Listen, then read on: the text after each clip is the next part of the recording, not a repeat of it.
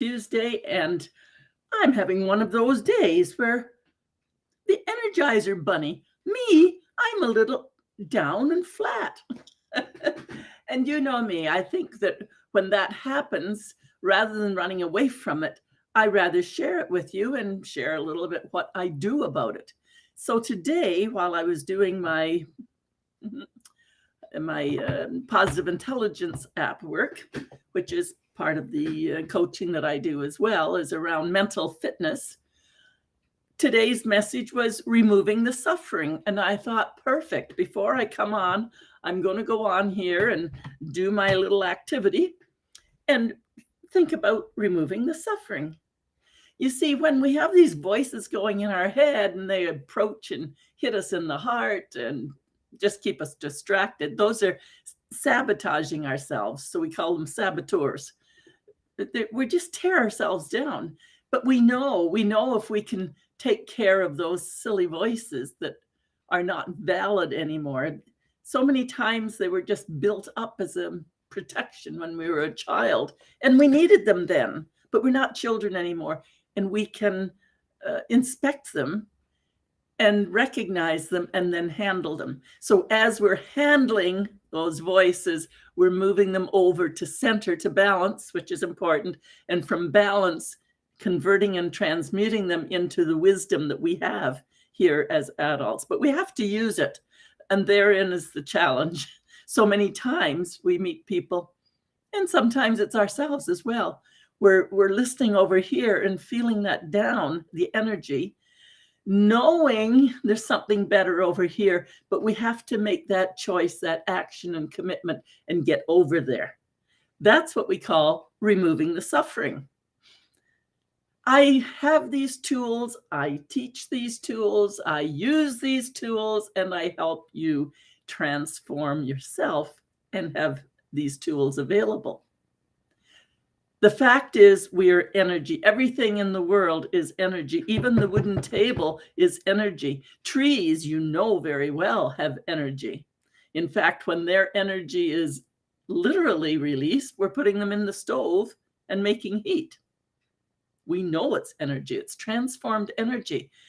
You may not like to be a tree hugger, but if you're near a tree and you're actually hugging the tree or leaning against it, you must remember when you were enjoying just being in the forest or leaning against a tree, having your lunch.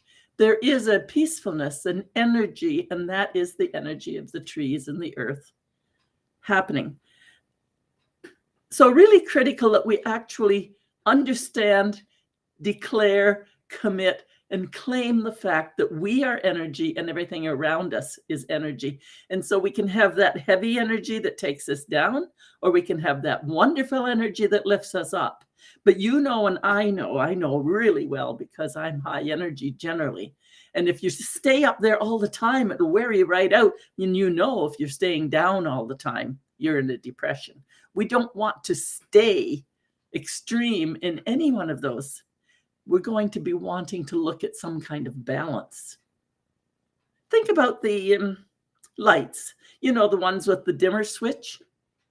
And if you just crank it right up, sometimes that brightness is just, it's great, but not 24 hours.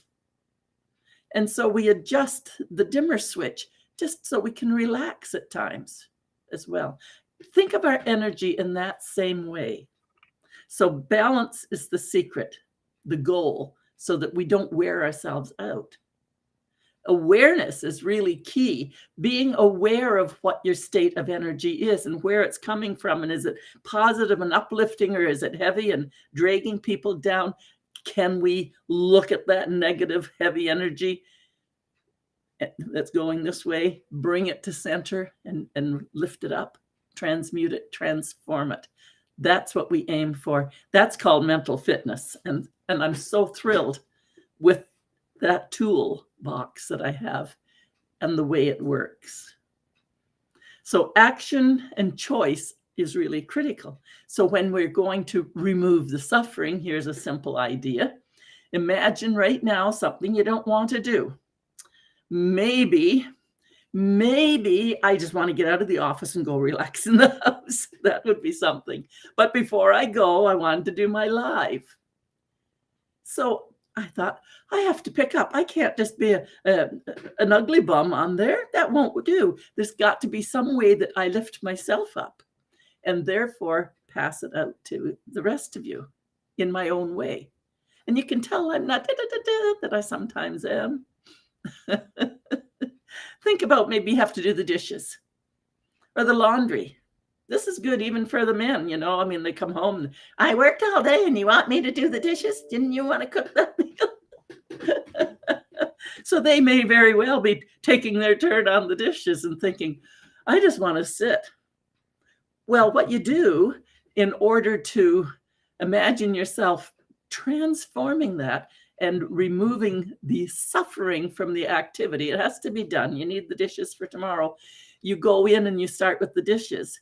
And instead of doing it with resentment and banging them around and getting ugly, stop yourself, and start to feel the warmth of the water. Play with the bubbles, be a little silly, and pretty soon your spirits are lifted. And then as you're washing away, think about how brilliant it was for somebody to create these dishes, whether they're fired in the kiln, whether they're pottery, whether they're china. Who discovered how to make these beautiful dishes? Who came up with all these shapes, and what was in their mind as they came up with the different shapes? The soup bowl, and sometimes the cup that comes in and saves the splashing, and the pots and pans. Really brilliant people. Some bright idea, and then it got created. You see, that's how we can transform that heavy energy in a simple task. It has to be done. So let's adjust, bring it back to balance, be aware, and then take some action and make the difference. I think of it whenever I go through this type of a topic. I think of Mary Poppins. Just a spoonful of sugar helps the medicine go down. The medicine go down. The medicine go down. Just a spoonful of sugar helps the medicine go down in the most delightful way. So there, I'm back to laughing, and I am going to get out of the office and kind of take it easy for the night. But you've got the idea.